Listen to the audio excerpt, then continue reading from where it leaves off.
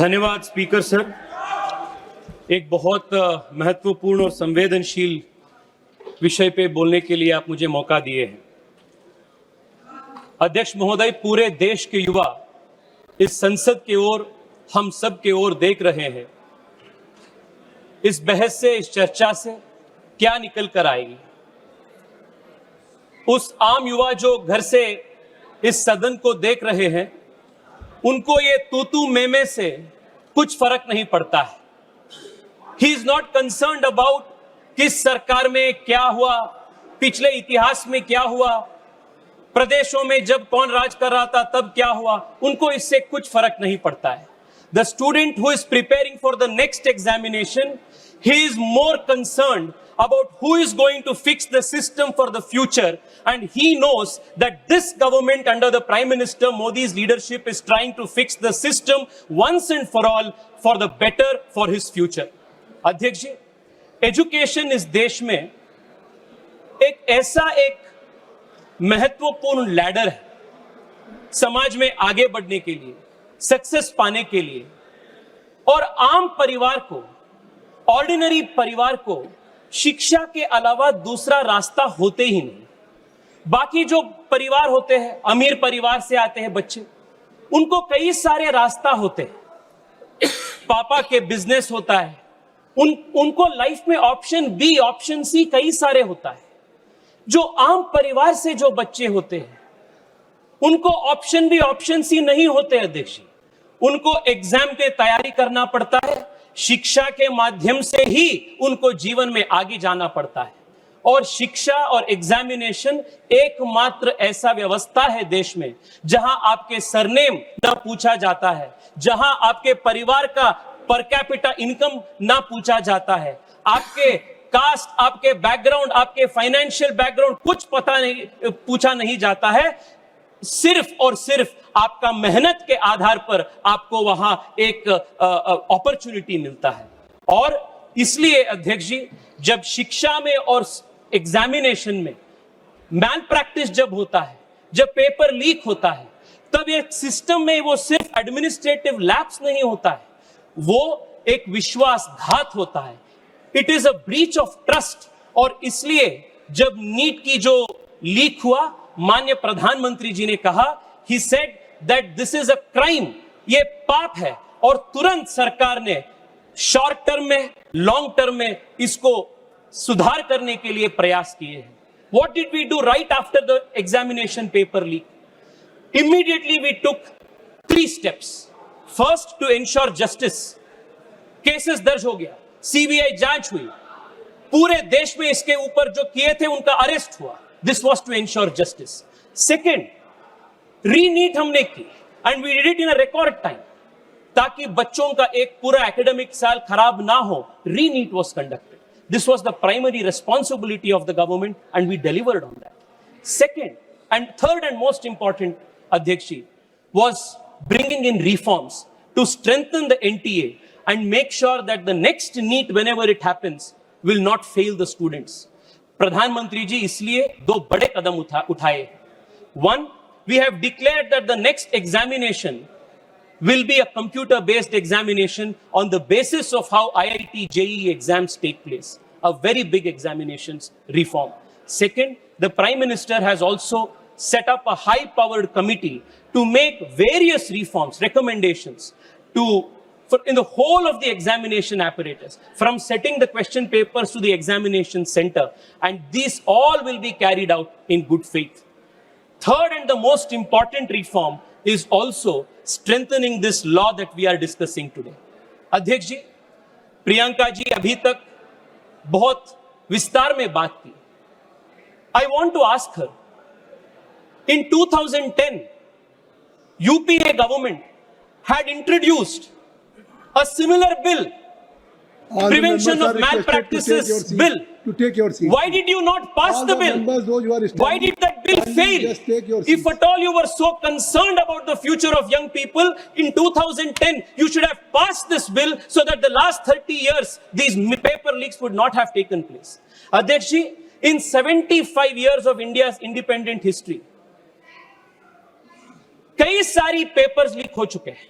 मैं जब इस भाषण के लिए तैयारी कर रहा था, हजारों papers in the last 20 years, more than 200 paper leaks have taken place, केंद्र सरकार के स्तर पे, प्रदेश सरकार के स्तर पे. I can give you a full list when who was in power, but is that going to solve the problem? The student does not need politics. He does not want solution. He does not want slogans. He wants solution. And this bill that Prime Minister Modi is bringing today is the solution. It is 30 years late, but for the first time in the country's history, 70 years के बाद एक special कानून examination के बारे में पारित हो रहा है. All of these whiles, Priyanka ji asked a question. Why has there been no conviction? Priyanka ji, मैं आपको बताना चाहता हूं.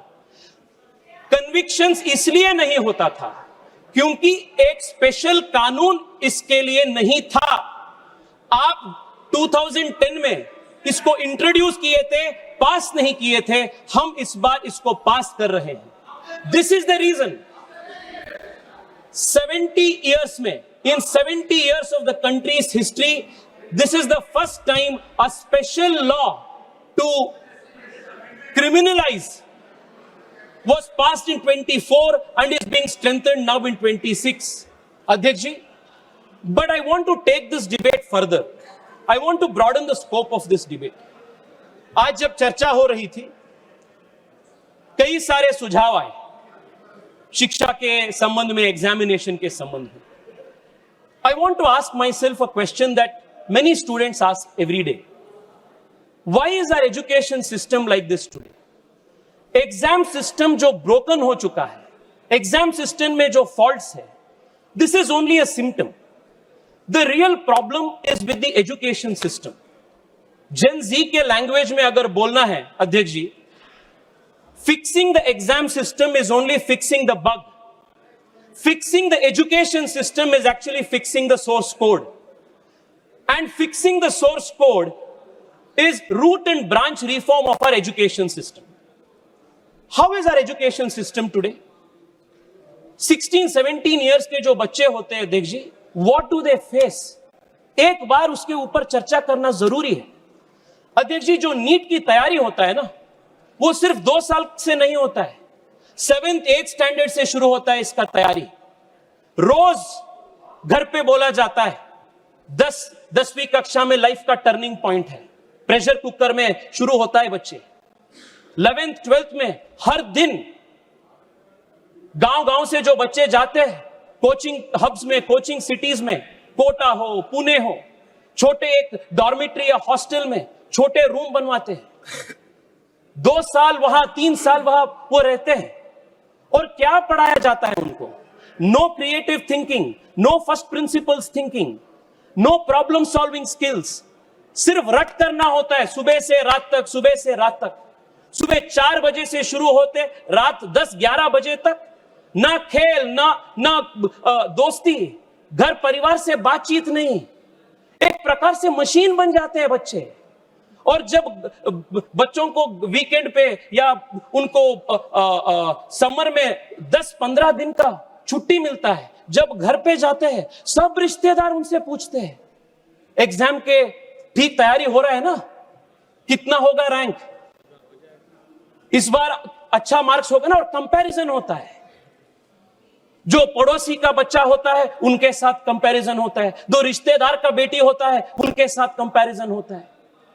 अध्यक्ष जी, 16-17 इयर्स बच्चा, what is the stress that we are putting into. और मैं प्रियंका जी को आज मैं रिक्वेस्ट करना चाहता हूं. प्रियंका जी, आपने ये एजुकेशन सिस्टम के बारे में इतना टिप्पणी की ना, ये एजुकेशन सिस्टम किसका लेगेसी है? ये एजुकेशन सिस्टम में बोलता हूं 34 इयर्स से जो नए शिक्षा नीति को आप नहीं लाए थे, this is the old education system which is producing clerks which is producing no original thinking. आज देश में एक बड़ा प्रश्न उठा रहा है अध्यक्ष जी. Why is India not building great product companies? Why is India not producing original research? Why are Indian universities not in the top 100? Because fundamentally our education system promotes rote learning, memorization and रट मार के exam पास करना. This has become the structure. और मैं आज बहुत गर्व के साथ कह रहा हूं अध्यक्ष ji, this education system is being transformed root and branch by the national education policy that our government has brought in 2020. This is the biggest change. हम एजुकेशन सिस्टम को चेंज कर रहे हैं. It was pending from last 34 years. Our government has done this. और अखिलेश जी से लेकर सब लोग बहुत अच्छे सुझाव दिए. एग्जामिनेशन के कंडक्शन कैसा होना चाहिए इसके ऊपर मैं 2 मिनट आपसे पूछना चाहता हूं. देयर ऑल गुड सजेशंस, पर आप एक बार एनईपी पढ़े हैं क्या? Have you seen the NEP? अध्यक्ष जी, मैं पिछले 2 महीनों से लगातार मेरे कॉन्स्टिट्यूएंसी के युवाओं से बात कर रहा हूं और ये युवा कुछ सुझाव दे रहे हैं, सरकार को दिए हैं. क्या सुझाव है? 1, आप पूरे अपना एजुकेशन सिस्टम को 8 साल 10 साल का जो अपना तैयारी है, you are deciding it on 1 day. एक दिन का 3 घंटे का एक परीक्षा में अपना पूरा डिसाइड हो रहा है फ्यूचर. अगर मुझे उस दिन वायरल फीवर आ गया, माइग्रेन आ गया, या जैसे बैंगलोर में जब नीट का एग्जाम हो रहा था, री नीट का, कांग्रेस पार्टी का बड़ा एक आंदोलन हो रहा था, ट्रैफिक जैम में कुछ बच्चे वहां they could not reach the examination on time. ऐसे कई सारे चीज होते हैं. The question was, the reform that the students asked was, please do not have 1 day, 1 examination that will decide our future.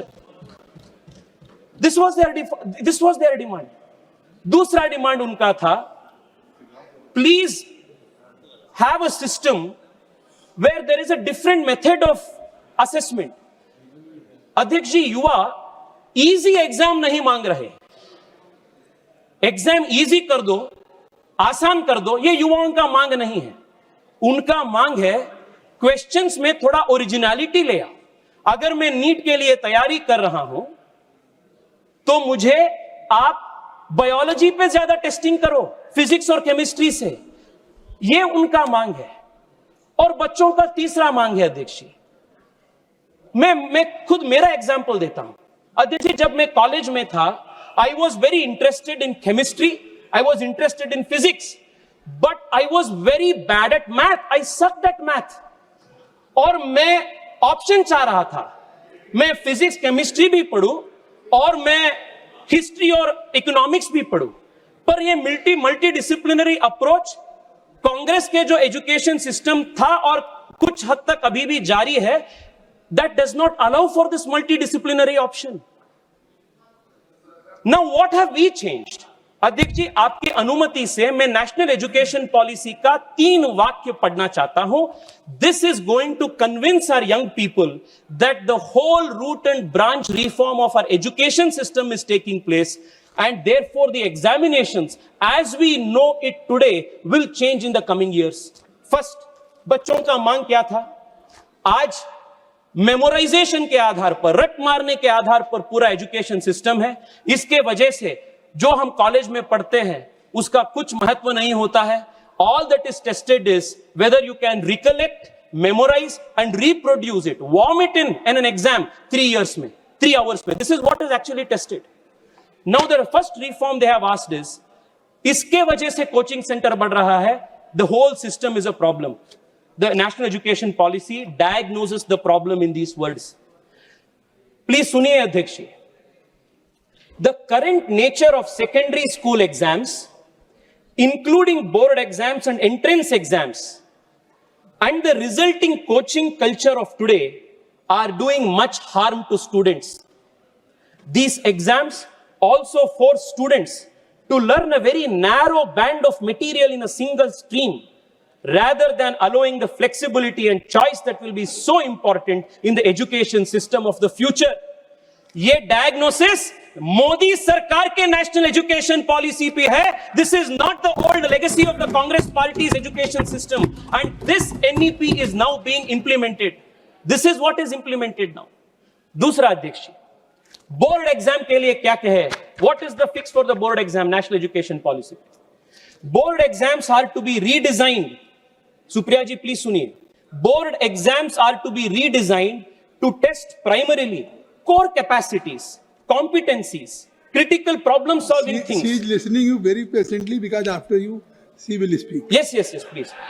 Critical thinking rather than, ये सुनिए अध्यक्ष जी, rather than months of coaching and memorization with subject choice and up to 2 attempts a year, a main examination and one for improvement to reduce the exam's high stakes character.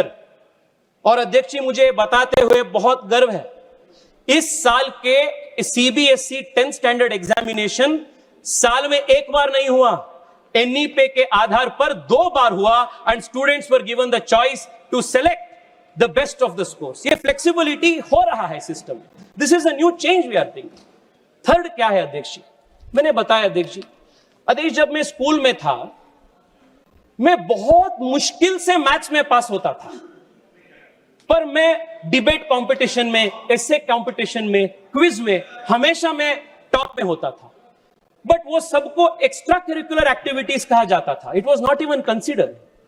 And the national education policy says it establishes a national assessment centre पराक as a standard setting body that fulfills the basic objectives of setting norms, standards and guidance for standardized assessment, which will be a continuous evaluation and a 360-degree assessment of the student. ये सबसे बड़ा change है अध्यक्ष जी, 360-degree assessment of the student. एक दिन का, 3 घंटे का परीक्षा किसी का फ्यूचर आने वाले दिनों में डिसाइड नहीं करेगा. 3 साल से आप जब तक आप कॉलेज में ये बोर्ड एग्जाम देंगे तब तक 360-degree असेसमेंट, प्रोजेक्ट वर्क होगा, रिसर्च पेपर्स होगा, ओरिजिनल प्रॉब्लम सॉल्विंग एक्सपर्टीज होगा, अन्य करिकुलर एक्टिविटीज होगा. ये 360-degree असेसमेंट के आधार पर एग्जामिनेशन का मार्किंग होगा. What this means in other word अध्यक्ष जी is this is going to fundamentally change the nature of examinations in the country. और ये ऐसा नहीं है कि ये 25 साल के बाद जारी होगा, 20 साल के बाद जारी होगा. As we speak अध्यक्ष जी, 8वीं कक्षा तक नए करिकुलम के आधार पर नए टेक्स्ट बुक्स तैयार होके सीबीएसई के बच्चों को दे दिया गया है. और इस साल 9th स्टैंडर्ड के बच्चों को नया करिकुलम मिलेगा. आने वाले 2-3 साल में 11th 12th का जब ये पूरा सिस्टम सुधार हो जाएगा, आज के जो एंट्रेंस एग्जाम का जो व्यवस्था है, that is going to fundamentally change.